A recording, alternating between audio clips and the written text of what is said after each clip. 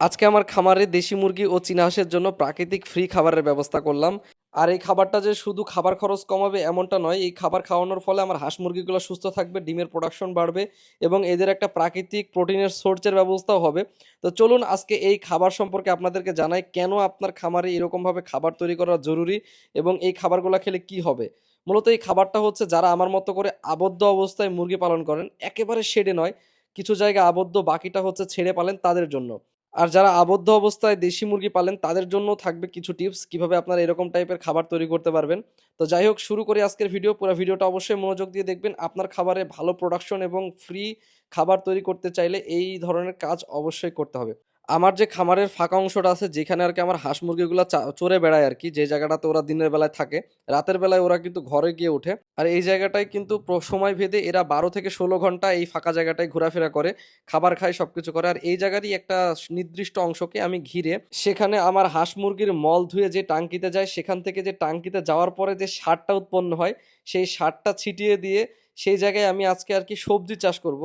শুধু সবজি চাষ করব বললে ভুল হয়, আর জমিতে যেভাবে সবজি চাষ করব সেই সবজি চাষ করলে তো সেখানে আর মুরগি প্রোটিন টোটিন কোনো কিছু পাচ্ছে না। হাঁস শাকের মধ্যে যতটুকু থাকছে ততটুকুই, কিন্তু এইখানে যখন আমি চাষ করব তখন যেটা হবে, ওরা তো শাক খাবে, শাকের সাথে হচ্ছে কিছু গম থাকবে, তাছাড়া কয়েক ধরনের ডাউলের হচ্ছে বীজ থাকবে, সব মিলাই আর কি একটা মিক্স একটা হচ্ছে হবে এখানে।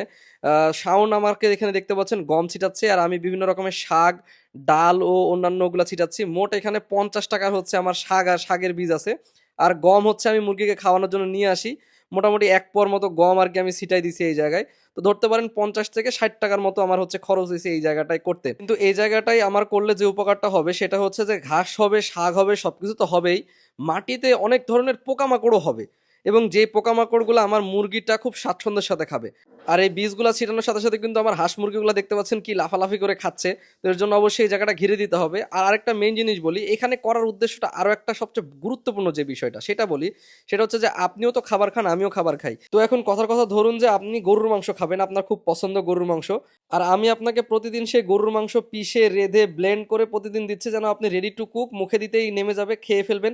এটা কতদিন আপনার খেতে ভালো লাগবে একবার চিন্তা করে দেখেন। একই খাবার যদি প্রতিদিন আপনাকে একইভাবে দিয়ে দেওয়া হয়, সেই কথা স্যুপের মতো করে দিলাম আপনাকে, তো কেমন লাগবে একবার চিন্তা করে দেখেন।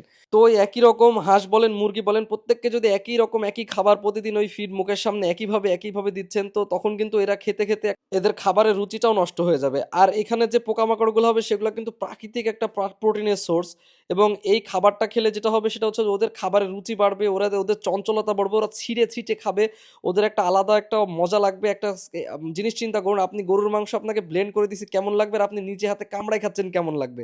ব্যাপারটা সেম।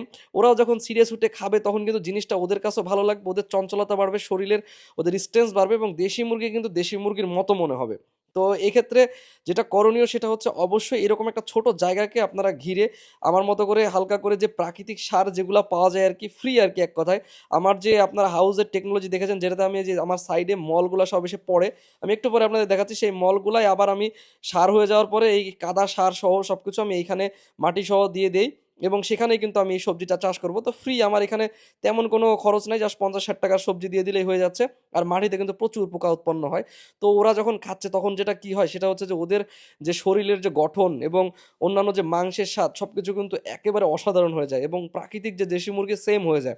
তো তখন বাজারে গেলেও এদের চাহিদা ভালো লাগে, আর বাড়িতে খেলে তো কোনো কথাই নাই।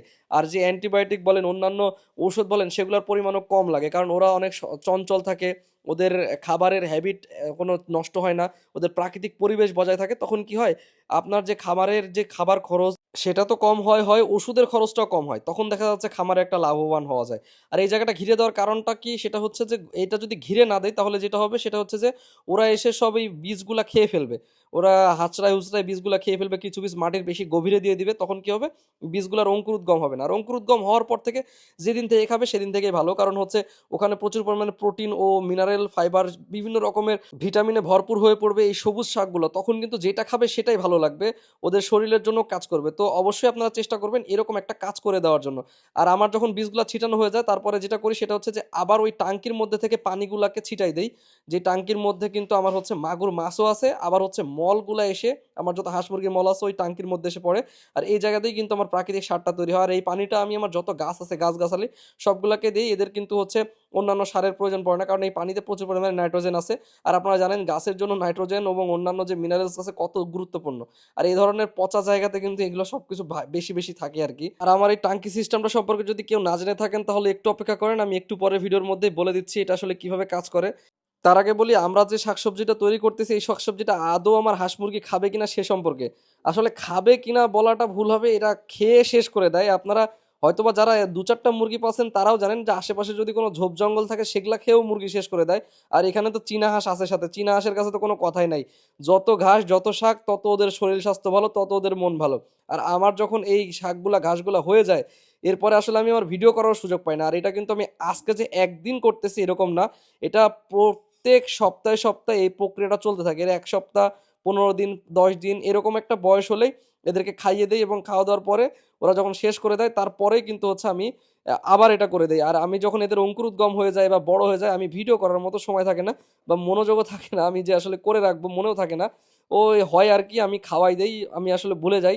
তো এর মধ্যে দেখতে পাচ্ছেন এক ব্যাচ বড় হয়ে গেছিল, মুরগিতে হাঁসরাই হুসরাই খাইছে, হাঁসকে ছেড়ে দিছিলাম, হাঁস খাইছে ৪-৫ দিন যাবত ওরা খাইছে। এখানে কিন্তু প্রচুর পোকা হয়, পোকাগুলাও খায়। এবং এই যে যে সার মাটি এখানে কিন্তু এমনিতে কেঁচো মেচো অনেক কিছু হয়। তো এখানে কিন্তু মুরগি এবং হাঁস এটা কিন্তু খুবই পছন্দ করে খেতে। যখন এটা খাওয়া শেষ হয়ে যায় তখন দেখতে পাচ্ছেন আবার এরকমভাবে নতুন করে টাঙ্কির পানি ও ময়লা পরিষ্কার করে দেই। ওপরের যত আমার ময়লা আছে সেই টাঙ্কিতে এসে কিন্তু পড়ে আমার হাঁস মুরগির যত মল এই সাইড থেকে। আমি কিন্তু আপনাদেরকে এর আগে দেখিয়েছিলাম ড্রেনেজের ব্যবস্থা এবং এটা কিভাবে কাজ করে।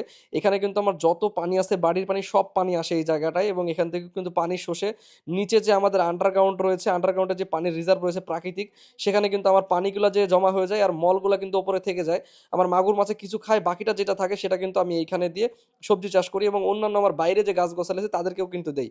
এখন আপনাদেরকে বলি এই টাঙ্কির পরে যে কথাটা সেটা হচ্ছে যে যাদের কাছে এইরকম জায়গা নাই বা ওপেন জায়গা নেই যেখানে আপনারা হাঁস মুরগিটাকে ছেড়ে দিবেন, যারা ঘরের মধ্যে পালেন, তারা দেশি মুরগি বা চীনা হাঁসকে কিভাবে দিতে পারেন, তারা চাইলে হাইড্রোফোনিক করতে পারেন। হাইড্রোফোনিক করলে যেটা হবে সেটা হচ্ছে যে আপনারা গম বা ভুট্টা যদি হাইড্রোফোনিক করেন, হাইড্রোফোনিক করার ফলে যেটা হবে ভুট্টা এবং গম যখন আপনার অঙ্কুরোদ্গম হবে তার মধ্যে কিন্তু প্রচুর পরিমাণে মিনারেলস, ভিটামিন এবং অন্যান্য খনিজ পদার্থ কিন্তু তৈরি হবে, এবং যেটা আপনার হাঁস মুরগিকে সুস্থ রাখতে ভূমিকা পালন করবে। তবে হ্যাঁ, অনেকে বলতে পারেন ভাই হাইড্রোফোনিক কেন করব, আর হচ্ছে এরকম ভাবে এইভাবে আমি ঘাস কেন উৎপাদন করব, আমার তো বাড়িতে বাইরে ঘাসের সোর্স আছে, আমি ঘাস কেটে খাওয়াবো বা ঘাস নিয়ে এসে খাওয়াবো, জঙ্গল নিয়ে এসে খাওয়াবো। ভাই আমিও ঘাস নিয়ে এসে খাওয়াই, জঙ্গল করে খাওয়াই এবং অন্যান্য সবকিছুই খাওয়াই, এর আগের ভিডিওতে দেখছেন। এগুলার পাশাপাশি তো এরকম একটা জায়গা করা দরকার। আমার হাঁসগুলো দেখতে পাচ্ছেন আসতেই পারেনি, ওদের একটা স্বভাব হয়ে গেছে এখানে এসে ওদেরকে ওই ওখান ভিতর থেকে কেঁচো অন্যান্য পোকামাকড় খেতেই হবে, তাই ওরা ওখানে চলে গেছে। আর যখন আমি হচ্ছে ওদেরকে ঘাস বা অন্যান্য জিনিস বাইরে থেকে নিয়ে এসে খেতে দেই তখন ওরা কিন্তু ওই ফিলিংসটা পায় না যে মাটি থেকে ঠুকরায় ঠুকরায় খাচ্ছে। একটা মাটিতে কিন্তু যখন গাছ একটা লেগে থাকে তখন কিন্তু ছিঁড়ে খেতে একরকম, আর যখন আপনি নিজে কেটে দিছেন বা উপর থেকে লতা পাতা নিয়ে এসে দিছেন, টান দিতেছে ছিঁড়তেছে না, তখন কিন্তু আরেক রকম। আর তারপরে শুধু এটা না, ওইটার নিচে যে পোকা থাকে, বিভিন্ন রকমের কীট পতঙ্গ থাকে, সেগুলো কিন্তু মুরগি খেতে খুব পছন্দ করে। তো দেশি মুরগি আর চীনা হাঁস যারা করবেন তাদের জন্য কিন্তু এই জিনিসটা করা অবশ্যই আমি মনে করি লাভজনক হবে, কারণ হচ্ছে এটা করলে যেটা হবে আপনার হাঁস মুরগির রোগ জীবাণু কম হবে। আর আমি যে শুধু আপনাদেরকে দেখাবো বলে এই কাজটা করছি এরকম না, আমি নিয়মিত এটা করে থাকি, যেটাতে আমার ভালোই লাগে করতে এবং ওরা খেয়েও খুব স্বাচ্ছন্দ্য বোধ করে। আর এটা দেখানোর জন্য নয়, যদি দেখানোর জন্য হতো তাহলে অবশ্যই ১-১.৫ মাস আগেই দেখাই ফেলতাম আপনাদেরকে। কারণ হচ্ছে এই জিনিসটা আমি অনেক দিন যাবতই করে থাকি, আর অনেক দিন থেকে এই ভিডিওটা তৈরি করতেছি। কারণ এই যে প্রথম ফুটেজটা দেখছেন এটা কিন্তু আমার প্রায় ১৫ দিন আগের নেওয়া ফুটেজ। ১৫ দিন পরে যখন আবার রেডি করতেছি তখন কিন্তু আবার ফুটেজ নিয়ে তারপরে ভাবলাম যে আপনাদেরকে দেখাই। তো এই জিনিসটা অবশ্যই করা প্রয়োজন, যদি পারেন ২ জায়গায় করতে। এই এক জায়গায় করছেন, এই এক জায়গায় রেডি হয়ে যখন খাওয়াই দিবেন, এই খাওয়াই দিতে দিতে আরেক জায়গায় রেডি করে ফেলবেন, ওরা তখন আরেক জায়গায় খাবে। তাহলে কি হবে, আপনার রেগুলার কন্টিনিউ চলতে থাকবে। তো আপনাদের এই জিনিসটা কেমন লেগেছে এবং কে কোন জেলা থেকে আমাদের এই ভিডিও দেখছেন, কেমন লাগে আমাদের ভিডিও অবশ্যই কমেন্ট করে জানাবেন। ধন্যবাদ, আসসালামু আলাইকুম।